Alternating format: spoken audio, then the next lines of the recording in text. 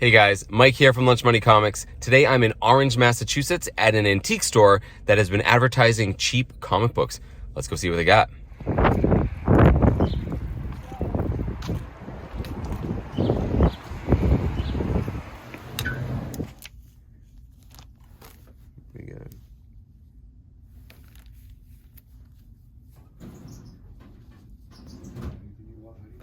No, here, that's for the chair.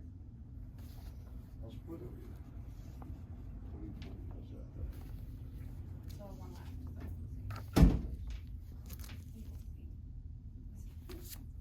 I opened my door, all of a sudden Evan got my sidewalk and walked back to the and stopped. He does like a circle, then goes back in the store. I'm thinking, what the heck? Something happened. So I'm like, it's gonna be steal from him or whatever. So I go out my door, he's already back and he's playing right at the door. I'm like, are you okay? I'm like, did you lose something? He goes, yeah, a customer. He goes, I bagged up their stuff, they left without half. I'm so cute. You want a coffee? No, I got one. I got a coffee and I got some water, so.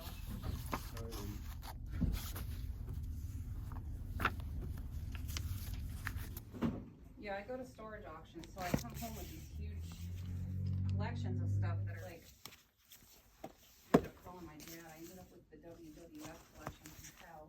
Oh, really? Action figures or? Yep, all the action figure things. Hmm. So I still have like a bag full of them left.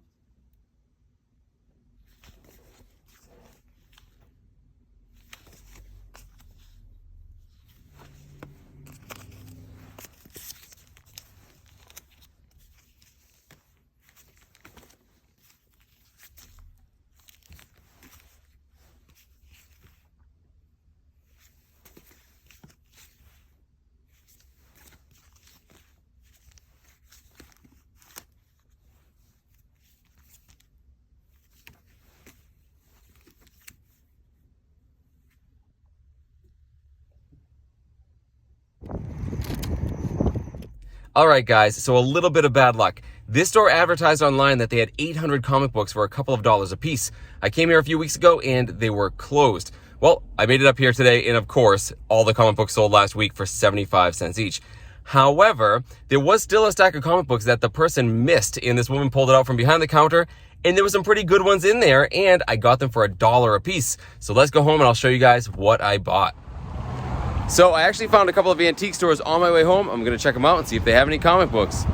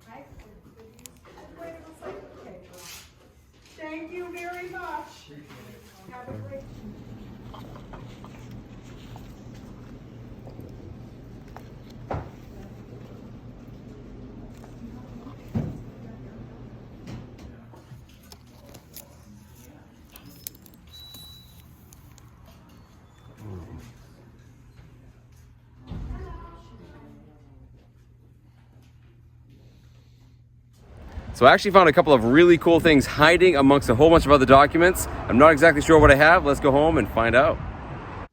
So there you go, guys. That was a little bit of light comic book hunting up in Orange and Deerfield, Massachusetts. Now, this is a part of the state that has lots of antique shops, indoor consignment shops, indoor flea markets. But despite the fact I live near this area, I don't often go up there, and I haven't done a good job exploring the area. So I've been making an effort lately to sort of systematically check all these places to see if they have comic books. Case in point, the video that came out earlier this week, I was just down the road at another place and I was able to find comic books there as well. So the first place I went to in Orange, you saw, I thought there'd be a lot more comic books than there actually were. Still, the books that were left behind are pretty great. I got them for $1 each, and trust me guys, they're worth a lot more than that. And the second location I went to was an antique shop that I found a great and unique Golden Age comic book hidden among some old documents. Pro tip, guys, whenever you're in an antique shop, always check all these old documents. You'll often find treasures hidden among them. So before I show you guys what I found, if you like this sort of stuff, go down, hit that like button. Feel free to share my channel with other like-minded folk. Consider subscribing if you haven't already, and you can follow me on Instagram under Lunch Money Comics IG. So the first place I went to was called Village Treasures Consignments in Orange, Massachusetts. And you could tell from the footage it was like an indoor flea market type place. And I spoke with the owner for a while. Her name was Heather. She was a very nice person. And she was telling me she got most of her stuff from picking herself. She'd get it from, garage sales or garages being cleaned out. She'd get them from storage lockers. She'd get them from estate sales, those types of things. So she had a pretty eclectic mix of stuff. But one thing they all had in common, everything was really cheap. Case in point, and I said I'd show more antiques on this channel, I was able to pick up these very small oil paintings. I think they're from like the 1900s or the turn of the century. My wife loves these. I'm always on the lookout for them. And I see them all the time at bigger flea markets like Brimfield, where they are like $5, $10, $15, $20 or more each. I was able to get these for $1 each. So there were definitely deals to be had there. She also had tons of sport cards. I'm not really into sport cards. I looked at them briefly, but I could tell based on what I was looking at, there might be some really good value there. So if anyone out there, lives in New England or Western Massachusetts, you want to check this place out, especially if you like sport cards, could be a deal there. As usual, I'll put a link down in the description to all the places I mentioned if you want to check out these places yourself. So she did have comic books. I did mention I was kind of bummed. The reason I knew about this place was she posted on Facebook that she had 800 comic books and she was selling for a couple bucks a piece. I tried several times to get up there. Couldn't quite make it work out. When I finally got there on this day, they had sold the week before. But she still had some left over, and there were lots there that I thought were interesting, some X-Men books, but I decided just to settle on these initial 4 comic books, just because they were different. Now, I have not looked these up at all. I have no idea if they're worth anything. I just thought they were cool. You guys can look them up as I'm going, and let me know down in the comments. But first up, we have Unusual Tales. It looks to be a Charlton comic from the early 60s, and it looks like a horror story. This guy here saying he's using mind control on all these guys here. You see this sort of zombified. So I just thought it was a cool cover. I like early, Silver Age horror stuff. I thought it was neat. Worth $1. Absolutely. Next up, we have the Wild Wild West number 4.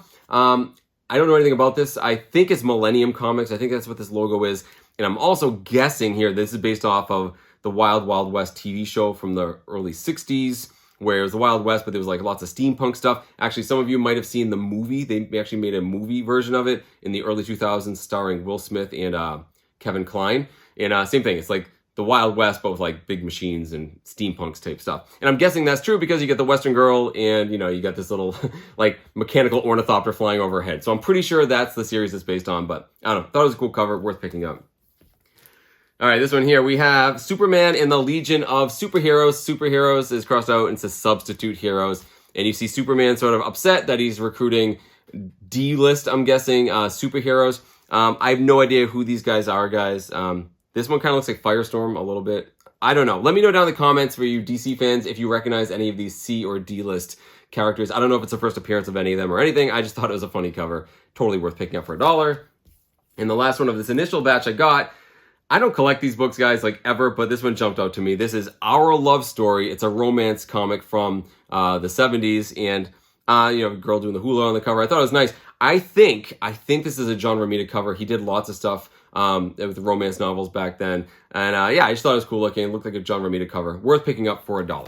Okay, so those are the 4 I kind of settled on, and then the woman who worked there said, actually, I found some more comics behind the counter. What had happened was a woman had come in months before and set aside these comics saying she'd be back to pay for them, and she never came back. So this woman, Heather, said, enough time has passed, I can sell them to you if you're interested for $1 a piece.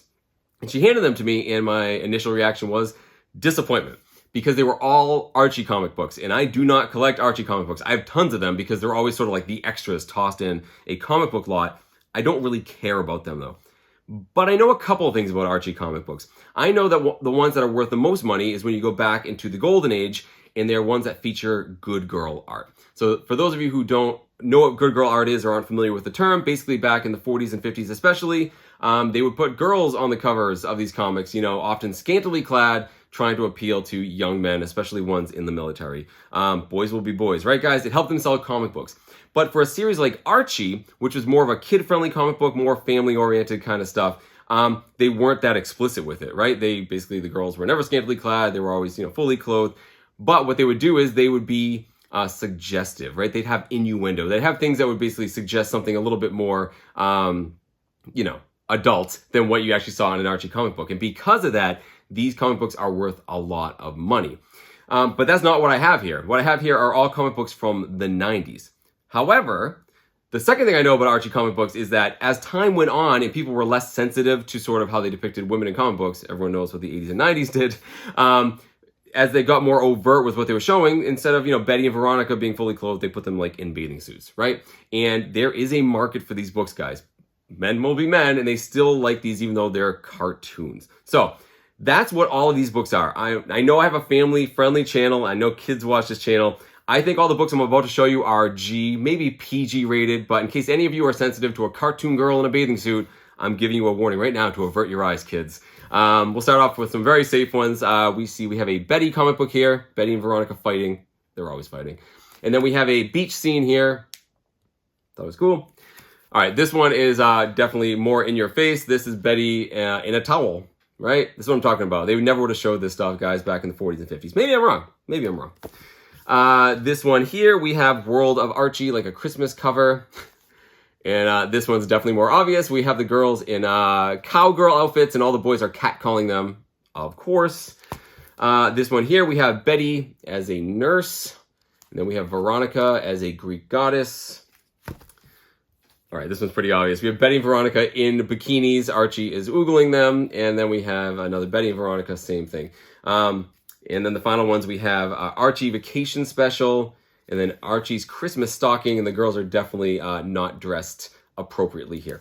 Now, like I said, I don't care about these books. I thought they might be worth some money, so I looked up a couple of them, and sure enough, once you put them in a bathing suit, guys, these comic books are worth a lot more than $1. I saw some of them selling for $10, $15, $20, or even more, depending on condition. People collect these, so because of that, I was interested in all the ones that, you know, I'm showing you right now, the ones where, you know, they're maybe a little bit more overt in how they're depicting the girls, and a little bit more obvious, a little bit more innuendo. So I picked them all up for $1.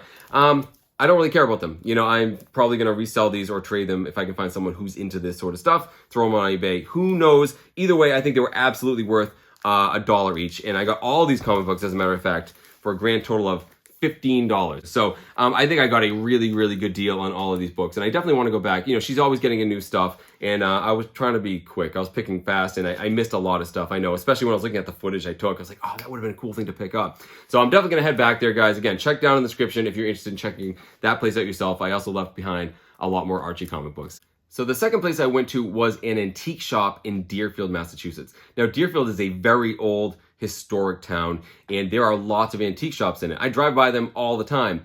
Oddly enough, I've never stopped at them. I can't really explain why. I've just never stopped at any of these antique places. I figured today was a good day. I took a slightly different route home, did a little bit of a detour to check a few of them out. So I actually went to two of them. They were actually side by side sharing the same building.